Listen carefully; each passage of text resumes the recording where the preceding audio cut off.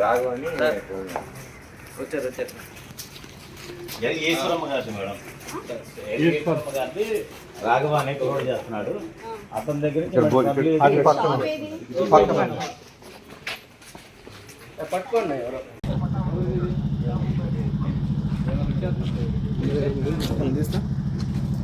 తెలుపు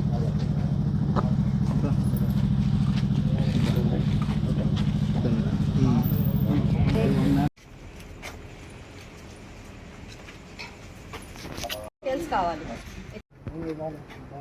ఏం తెలియకుండా ఎట్లా తీసుకెళ్తావు స్టాక్? ఏం తెలియకుండా ఎట్లా తీసుకెళ్తావు స్టాక్?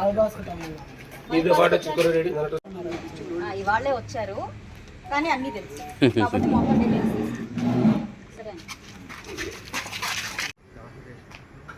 ఎవరు పేరుతో ఉంది?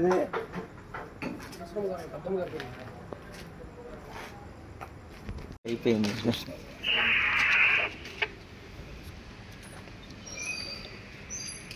పక్కలేండి మీరందరూ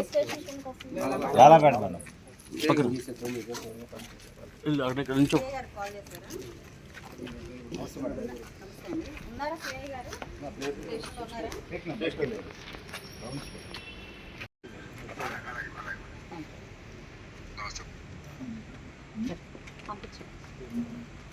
ఇతని దగ్గర నుంచి మొత్తం డీటెయిల్స్ తీసుకోండి. అసలు ఈ గుంటూరు వెస్ట్ లో ఎన్ని షాపుల నుంచి ఇలా ఎత్తారు, లేదా కొత్త వ్యక్తి ఏం కాదు, అన్ని అలవాటు ఉన్న వ్యక్తి అతను.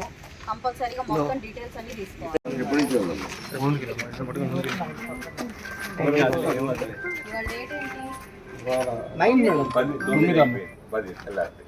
ఇవాళ 9వ తారీఖు మేడం.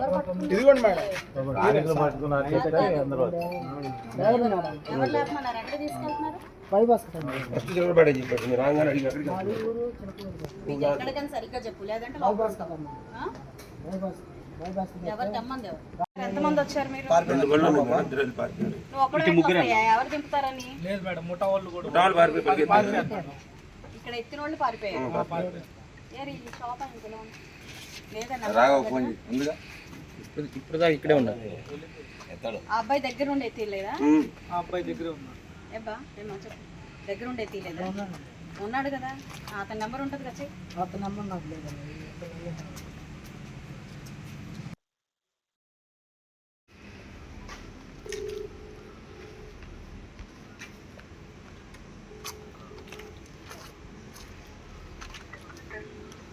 హలో హలో రాంబాబు, ఇక్కడ మన బండి దొరికారు ఇక్కడ. ఓకే, ఇక్కడ మన బండి ఒకటి దొరికింది ఇక్కడ 4వ లైన్లో. ఎవరు మాట్లాడేది? ఇప్పుడే మాట్లాడేది నేను. రాఘవ స్టోర్ది బండి దొరికిందయ్యా, 160 నంబర్ షాపు.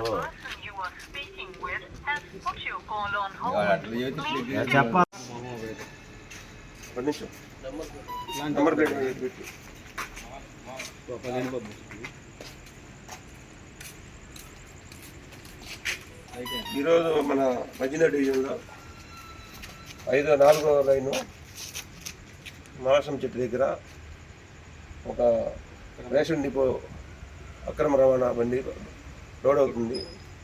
స్థానిక గోపి వీళ్ళందరి సమక్షంలో ఇక్కడ డ్రైవర్ని ముఠా వాళ్ళు ఇప్పుడే పరిగెత్తారు, పారిపోయారు. ఈ 160 నెంబరు, ఇది చౌకధర దుకాణం నెంబరు 160 నెంబర్. ఇది ఇవాళ పోలీస్ అధికారులకు అప్పచెప్తున్నాం. ఎమ్మెల్యే మేడం గారు కూడా ఇంటిమేషన్ చేస్తున్నారు.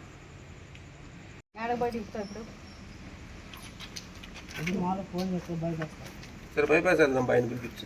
అసలు ఎవరో తెలియదు అన్నాడు నువ్వు. మరి ఇప్పుడు ఏం చేసేవాడివి? ఇలా పట్టుకున్నారని ఇన్ఫర్మేషన్ వెళ్ళింది అటు. నాకు రాంగ్ నెంబర్ అని ఏం చేస్తారు? ముగ్గురు పరిగెత్తారు.